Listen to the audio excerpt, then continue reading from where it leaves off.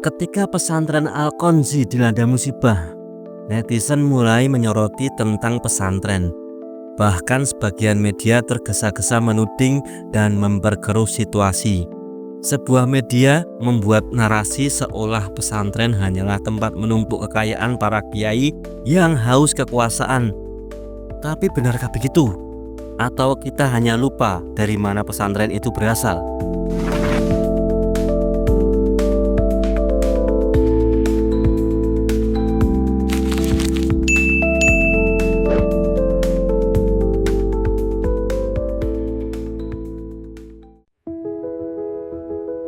Sebelum pesantren lahir, kita harus kembali dulu ke tempat sumbernya, di mana Islam sudah punya sistem pendidikan yang rapi. Di Makkah dan Madinah ada Kutab, tempat anak-anak belajar membaca, menulis, dan menghafal Al-Quran.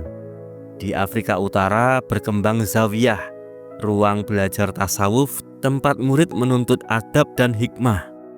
Sementara di Baghdad dan Kairo berdiri madrasah, lembaga pendidikan tinggi, tempat para ulama mengajar hukum, bahasa, dan filsafat. Dari jalur niaga dan dakwah Samudra Hindia, sistem pendidikan Islam itu tiba di Nusantara. Di ujung barat, Aceh mendirikan Dayah, tempat ulama mengajarkan Al-Quran, hukum Islam, dan tasawuf. Dayah bukan hanya sekedar tempat belajar, tapi juga pusat peradaban yang mencetak ulama dan negarawan.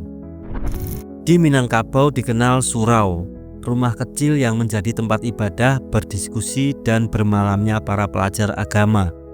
Dari surau inilah lahir ulama-ulama besar yang membawa semangat pembaruan Islam ke berbagai penjuru. Sementara ketika Islam masuk ke Jawa, tanah ini masih berakar pada ajaran Hindu, Buddha, dan kejawen. Maka Islam datang bukan untuk memutus, melainkan menyambung dan menyempurnakannya. Dari sinilah muncul istilah santri yang dibawa oleh Wali Songo. Kata santri diduga berasal dari bahasa Sanskerta sastri, artinya pelajar kitab suci. Ada pula yang menyebut dari Jawa kuno, cantrik, murid yang mengikuti gurunya kemanapun pergi demi menuntut ilmu. Maka santri bukan sekedar pelajar, tapi penempuh jalan pengetahuan dan pengabdian. Hingga di abad ke-15, Sunan Giri mendirikan Giri Kedaton di Gresik.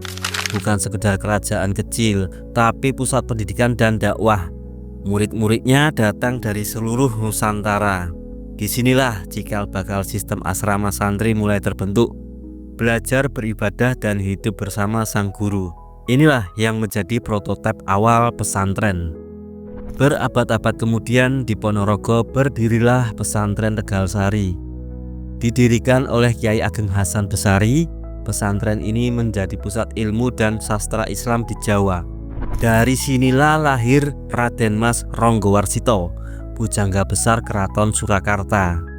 Tegalsari menandai pesantren sebagai jembatan antara Islam dan budaya Jawa. Tempat ilmu bertemu adab, kitab bertemu kehidupan. Di pesantren, ilmu tak hanya dihafal, tapi diwariskan dengan adab. Seorang santri menghormati gurunya karena guru adalah sanad ilmu itu sendiri. Dalam ajaran Islam, guru, kiai, atau ustadz memiliki kedudukan mulia yang setara dengan orang tua. Maka kembali ke kasus pesantren tadi, ketika satu pesantren tergelincir dalam kelalaian, jangan kita menuduh seluruh tradisi yang hidup berabad-abad itu cacat. Sebab pesantren bukan sekedar bangunannya, tapi warisan panjang peradaban Islam yang tumbuh di tanah Nusantara. Media pun tak pernah menyajikannya secara both side atau dua sisi, di mana pesantren memiliki kontribusi besar terhadap kemerdekaan. Contohnya saat Kiai Haji Hasyim Asy'ari membakar semangat santrinya dalam berjuang merebut tanah air. Dari Kutab di Makkah, Dayah di Aceh, surau di Minangkabau, hingga pesantren di Jawa, semuanya satu garis ilmu. Bukan tempat mencari kekayaan, tapi tempat menanamkan iman, adab, dan akal. Pesantren bukan sistem yang gagal. Ia adalah warisan pendidikan Islam yang telah mengajar kita selama berabad-abad. bagaimana menjadi manusia yang berilmu dan beradab. Selamat Hari Santri Nasional.